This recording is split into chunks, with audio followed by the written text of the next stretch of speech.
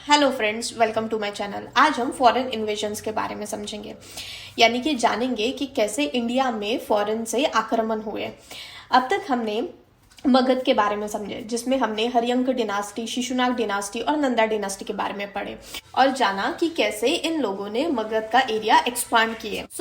जब north east side में Magadh powerful बन रहा था, उस टाइम पर जानेंगे कि नॉर्थ वेस्ट साइड में क्या हो रहा था। फर्स्ट है ईरानियन या कहे पर्सियन इन्वेजन, यानी कि कैसे ईरानियन ने इंडिया के नॉर्थ वेस्ट रीजन पर आक्रमण किए। ईरान के आर्केमियन रूलर जब नॉर्थ वेस्ट साइड से इंडिया में आए, तब उन्होंने पाया कि नॉर्थ वेस्ट साइड में पॉलिटिकल डिसयूनिटी है। इसी पॉलिटिकल डिसयूनिटी का एडवांटेज लेकर ईरान के आर्केमियन रूलर ने इंडिया के नॉर्थ वेस्ट फ्रंटियर को कॉन्क्योर किया। सबसे पहले फॉरेनर जो पर्सिया में इंडिया से आए थे, उनका नाम है साइरस। वो आए थे अराउंड 588 बीसी में और अराउंड 530 बीसी तक उन्होंने वहां पे रूल किए। उन्होंने गंधारा रीजन को कैप्चर्ड किया और काबुल के नॉर्थ वाली सिटी कैपिसा को डिस्ट्रॉय कर दिया और वहाँ की पर्सियन आर्मी में इंडियन सोल्जर्स को एनरोल कर दिया। फिर साइरस के ग्रैंडसन डेरियस वन का दूसरा नाम था दारिया बहू, वो नॉर्थ वेस्ट इंडिया में आए अराउंड 518 बीसी में और उन्होंने पंजाब, इंदुज और सिंध के वेस्ट वाले पार्ट पर अपना कंट्रोल जमाया। इस एरिया को छत्रपति एरिया कहा गया। इस एरिया को मिलाकर अब तक ईरानियन ने 20th प्रोविंस कॉन्क्योर कर लिए थे और ईरानियन एम्पायर में टोटल 28 प्रोविंस कॉन्क्योर किए थे। पर छत्रपति प्रोविंस ईरानियन के लिए सबसे फर्टाइल एरिया साबित हुआ और इस प्रोविंस से ईरानियन एम्पायर को रेवेन्यू के रूप में 360 टैलेंट गोल्ड प्राप्त हुआ। 360 टैलेंट मतलब 33 to 35 KG gold. Darius one के बाद आए जर्जेक्स। उस समय जब ईरान ने इंडिया के नॉर्थ वेस्ट पार्ट को कॉन्क्योर किए, तब ईरान और ग्रीक में वॉर चल रहा था। तब जर्जेक्स ने उस समय ग्रीक के खिलाफ लड़ने के लिए ईरानियन आर्मी में इंडियन सोल्जर्स को एनरोल किया, पर ईरान की इस वॉर में हार हो गई और ग्रीक की जीत हो गई। इस तरह ईरानियन ने इंडिया के नॉर्थ वेस्ट पार्ट पर 200 ईयर्स तक रूल किए। अब समझते हैं ईरानियन इन्वेजन से इंडिया पर क्या इफेक्ट हुआ। सबसे पहले इस इन्वेजन से ट्रेड और कॉमर्स में बढ़ोतरी हुई। दूसरा, ईरानियन के लोगों से ग्रीक के लोगों को पता चला कि इंडिया कितना वेल्दी देश है, जिस वजह से इंडिया में अलेक्जेंडर का आक्रमण हुआ। तीसरा, ईरानियन स्क्राइब से इंडिया में एक नए राइटिंग का जन्म हुआ, जिसे खरोष्टी स्क्रिप्ट कहा गया। खरोष्टी स्क्रिप्ट को राइट से लेफ्ट लिखा जाता था, अरेबिक की तरह, और अशोका के इंस्क्रिप्शन खरोष्टी लैंग्वेज में लिखे हैं। अब ये अशोका कौन है? तो जब हमारा ये फॉरेन इन्वेजन कंप्लीट हो जाएगा तो हम चंद्रगुप्त मौर्य के बारे में पढ़ेंगे, उसमें हम अशोक राजा के बारे में पढ़ेंगे। चौथा, मौर्यन स्कल्पचर पर, मौर्यन आर्ट पर ईरानियन आर्ट का इन्फ्लुएंस पड़ा, specially in bell shaped capitals. और अशोका के जो मोनोलिथिक पिलर थे, स्कल्पचर्स थे, उस पे भी पर्सियन आर्ट का प्रभाव पड़ा। अब 326 बीसी में आगमन होता है द ग्रेट अलेक्जेंडर का। अलेक्जेंडर जब इंडिया पहुंचे तो उन्होंने पाया कि वहां पर पॉलिटिकल डिसयूनिटी है, इंडिया के राजा आपस में ही लड़ रहे हैं। सेम पॉइंट, पॉलिटिकल डिसयूनिटी की वजह से ईरानियन या कहे पर्सियन इन्वेजन भी हुआ था। अलेक्जेंडर ने ऑब्जर्व किए कि यहाँ के राजा कॉमन एनिमी के अगेंस्ट लड़ने के लिए कभी भी एकजुट नहीं होते। इसी चीज का फायदा उठाकर अलेक्जेंडर इन्वेजन या कहे ईरानियन इन्वेजन हुआ और अलेक्जेंडर इतने इजीली इंडिया पहुंच पाए। अलेक्जेंडर के फादर का नाम फिलिप था, जो मैसेडोनिया के सिंहासन संभाल रहे थे, और फिलिप के डेथ के बाद अलेक्जेंडर ने मैसेडोनिया का सिंहासन संभाले। तब अलेक्जेंडर सिर्फ 20 इयर्स के थे। बचपन से ही अलेक्जेंडर का सपना था कि वो पूरे वर्ल्ड को कॉन्क्योर करे और काफी जल्दी और कम उम्र में ही उन्होंने काफी एरिया कॉन्क्योर किए।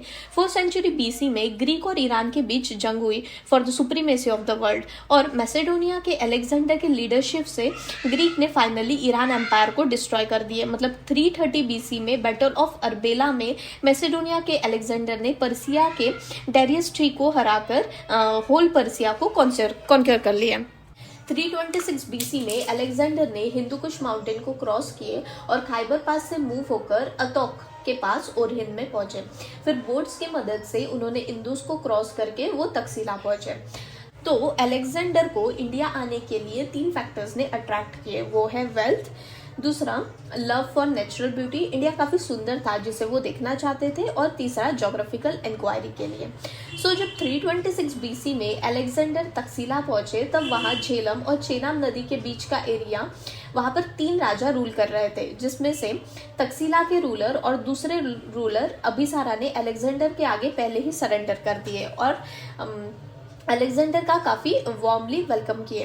बाद में इन दोनों रूलर्स ने पोरस राजा, जिनका दूसरा नाम था पुरुषोत्तम, जो पोरवा डिनास्टी से बिलोंग करते थे, उनको मैसेज भेजा और कहा कि आप भी सरेंडर कर दीजिए। तब पोरस राजा ने सरेंडर करने से रिफ्यूज कर दिए और कहा कि वो अलेक्जेंडर के खिलाफ लड़ेंगे। फिर क्या, फिर तो बैटल ही होनी थी, जिसे कहा गया बैटल ऑफ हेदास्पेस, जिसे बैटल ऑफ वितस्ता भी कहा जाता है, क्योंकि ये बैटल हुई थी वितस्ता नदी के पास, यानी कि मॉडर्न झेलम के पास। और इस बैटल में अलेक्जेंडर की जीत हुई। पर अलेक्जेंडर पोरस की इस ब्रेवरी से, उनके इस करेज से, हीरोइज्म से इतने ज़्यादा इम्प्रेस्ड हुए कि उन्होंने राजगद्दी पोरस को वापस कर दी, भले ही जीते अलेक्जेंडर थे। साकला के ब्रिलियंट विक्ट्री के बाद ग्रीक आर्मी बायस पहुंच गई थी। तब अलेक्जेंडर ईस्ट साइड को कॉन्क्यर करना चाहते थे, पर उनके आर्मी ने आगे जाने से मना कर दिए, क्योंकि आर्मी इतने लंबे समय से बैटल करके टायर्ड हो गई थी और आर्मी बायस के पार ग्रेट मगध एम्पायर से डरती थी। फिर अलेक्जेंडर ने इंदुस से बायस तक के टेरिटरी को 3 प्रोविंस में डिवाइड कर दिए और हर प्रोविंस के लिए एक गवर्नर रख दिया, यानी कि 3 अलग अलग प्रोविंस को संभालने के लिए 3 अलग अलग गवर्नर रख दिए। उनमें से एक गवर्नर का नाम था सिलिकस निकेटर। इनके बारे में हम आगे के वीडियो में समझने वाले हैं, अभी के लिए सिर्फ हम उनका नाम याद रखते हैं, सिलिकस निकेटर।